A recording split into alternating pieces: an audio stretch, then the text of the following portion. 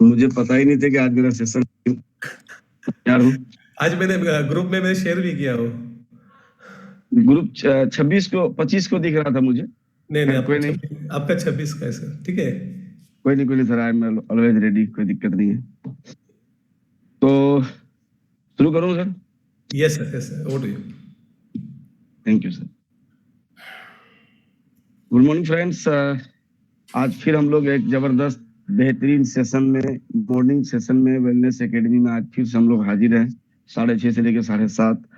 और हम सबके लाइफ के लिए, हम सबके लाइफ के लिए ये सबसे इम्पोर्टेंट समय है, ये पूरा का पूरा 1 घंटा। और इस पूरे के पूरे 1 घंटे को ऑर्गेनाइज करने के लिए हम सबके country mentor one and only Pawan Malik sir को जितना ज्यादा थैंक्स कहा जाए वो कम है। तो मैं एक जोरदार ताली चाहूंगा हम सबके कंट्री मेंटर के लिए, जिन्होंने ये सुबह के सेशन को डिजाइन किया और हम लोगों को के हेल्थ को गुणात्मक रूप से सुधार करने के लिए इस सेशन को बनाया, और काफी सारे लाइफ चेंज होते हैं। तो चलिए शुरू करते हैं। मेरा नाम इकबाल अंसारी है, मैं सिमराही बिहार से बिलोंग करता हूँ।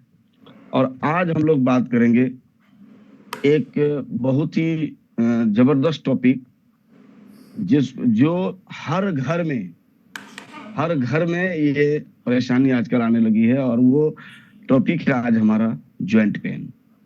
बिल्कुल आपने सुन ही लिया, ज्वाइंट पेन की मैं बात करने जा रहा हूँ। कोई ऐसा घर पूरे भारत में नहीं है जिस घर में ज्वाइंट पेन की समस्या नहीं है आज के डेट में। और पहले के जमाने में ये कहा जाता था कि 60-65 साल 50 साल की उम्र में ज्वाइंट पेन आता है, लेकिन अब वो धारणा बदल चुकी है।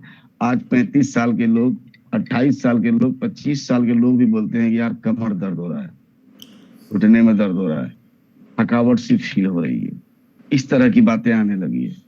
एज अब मैटर नहीं करता, कुछ तो कारण रहा होगा।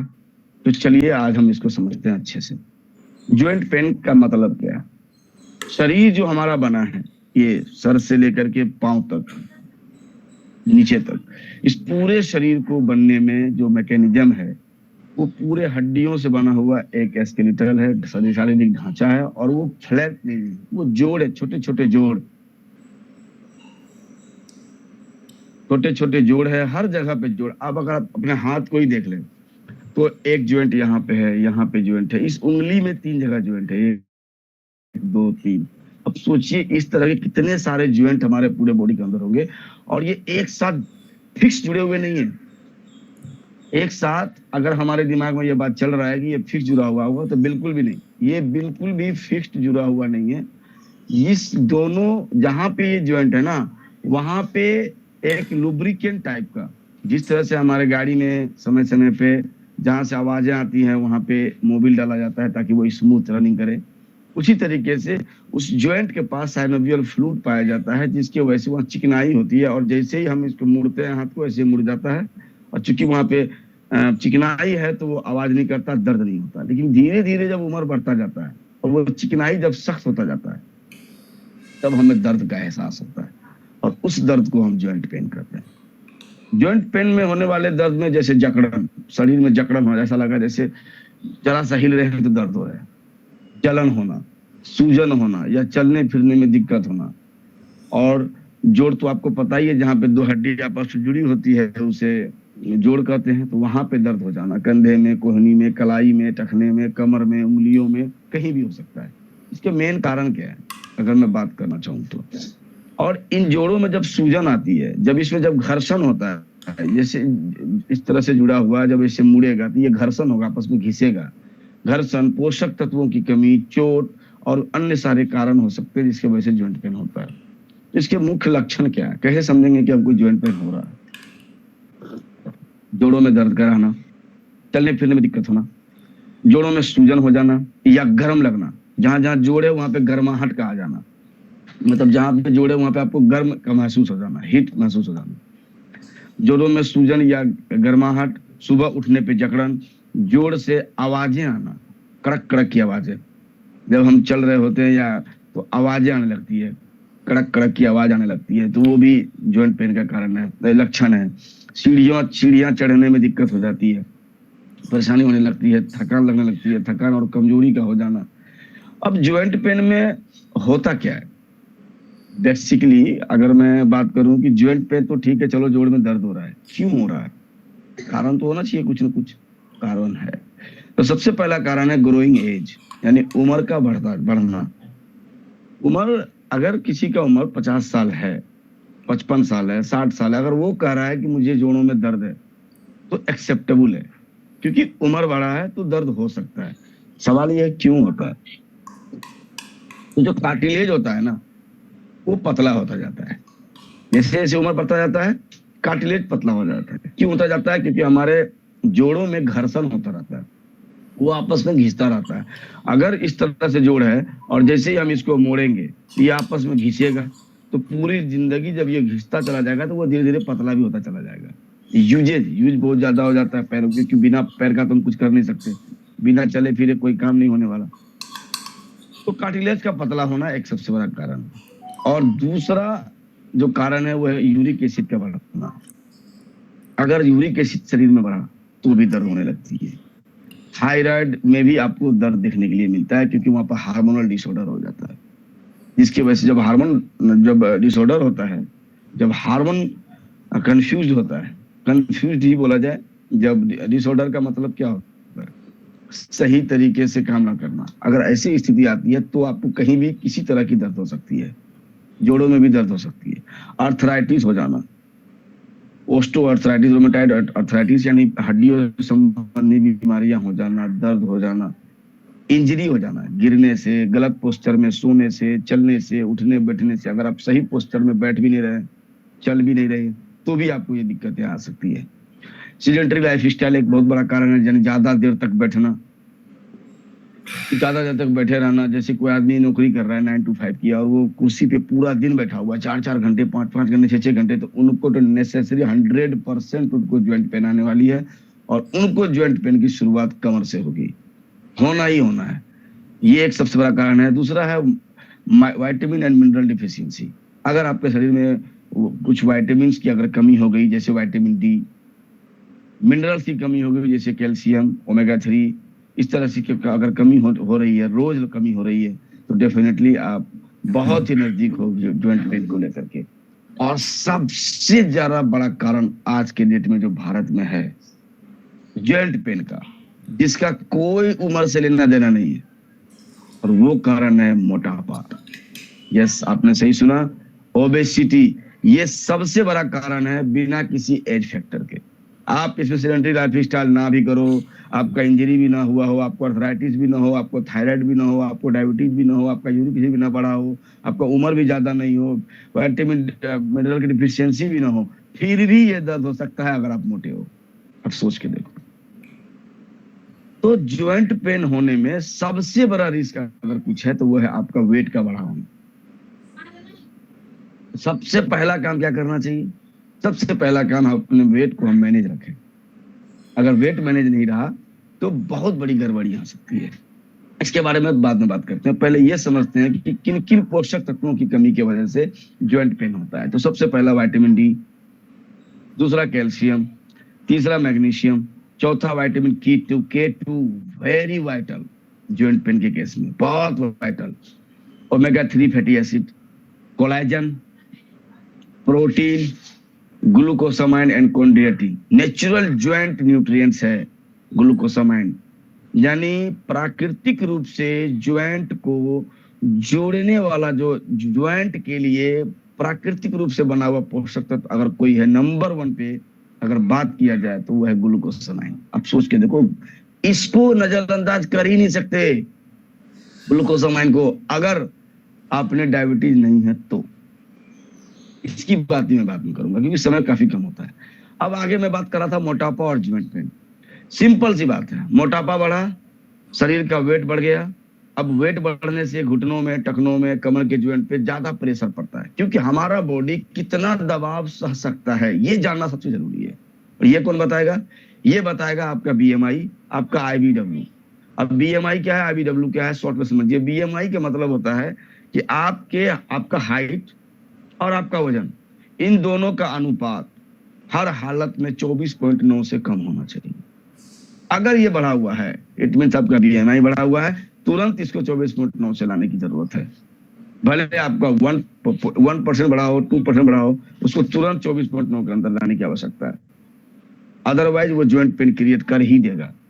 एक भी ऐसा मोटा आदमी नहीं है जो ये कह सकता है कि मुझे ज्वाइंट पेन नहीं है, या बॉडी में जकड़न नहीं है, या ऐसी कुछ नहीं है, ज्वाइंट में स्टिफनेस नहीं है। होना ही होना है। अब आईबीडब्ल्यू क्या है? Ideal body weight. आप अपने हाइट को सेंटीमीटर में नाप लो। फॉर एग्जांपल मेरा हाइट 165 सेंटीमीटर है जेंट्स के लिए। आपका हाइट सेंटीमीटर में नाप के उसमें से 100 माइनस कर दो, जो बचा वो आपको ideal body weight border line है, उससे आगे आप नहीं जा सकते। मैक्सिमम वेट जो आपका शरीर आसानी से सह सकता है, आपका पूरा एस्केलेटल जो ढांचा है शरीर का, वो आसानी से सह सकता है, वो आपको कभी ज्वाइंट पेन नहीं होने देगा वेट के वजह से, तो वो है आइडियल बॉडी वेट। तो मेरा 165 सेंटीमीटर है, तो मेरा आइडियल बॉडी वेट कितना हुआ? 65 किलो। और मैं आज अंडर 65 हमेशा हूं पिछले 2 सालों से। 66 तो दूर की बात है, 65 किलो 100 ग्राम में हुआ। 64, 63, 62 मैं इसको मेंटेन करके रखता हूँ। पहले मेरा वजन 87 किलो हुआ करता था, मैंने उसको रिवर्स किया और आज मैं 62 से 64 के बीच हमेशा रहता हूँ। चाहे मैं अपने लाइफ स्टाइल को भी उस तरह से मैनेज कर चुका हूँ, तो हमें सबको मैनेज करना पड़ेगा, वेट को कंट्रोल रखना पड़ेगा। आइडियल बॉडी वेट से -2 kg द बेस्ट। क्यों करना है ऐसा? क्योंकि जैसे जैसे एज बढ़ता है तो हमारा कार्टिलेज तेजी से घिसता है, क्योंकि वेट ज्यादा पड़ रहा है।